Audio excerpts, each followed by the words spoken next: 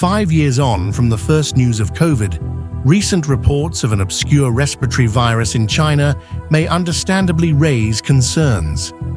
Chinese authorities first issued warnings about human metapneumovirus, HMPV, in 2023, but media reports indicate cases may be increasing again during China's winter season. For most people, HMPV will cause symptoms similar to a cold or the flu. In rare cases, HMPV can lead to severe infections, but it isn't likely to cause the next pandemic. What is HMPV?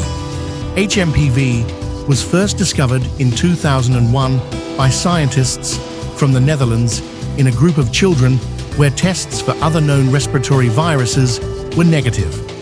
But it was probably around long before that. Testing of samples from the 1950s demonstrated antibodies against this virus, suggesting infections have been common for at least several decades. Studies since have found HMPV in almost all regions in the world.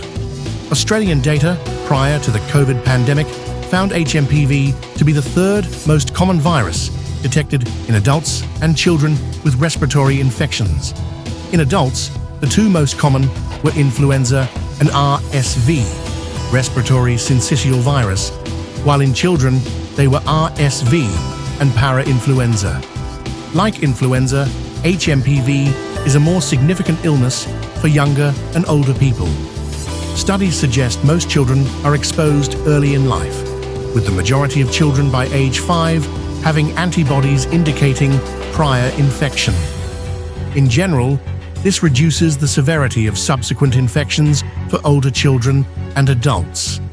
In young children, HMPV most commonly causes infections of the upper respiratory tract, with symptoms including runny nose, sore throat, fever, as well as ear infections.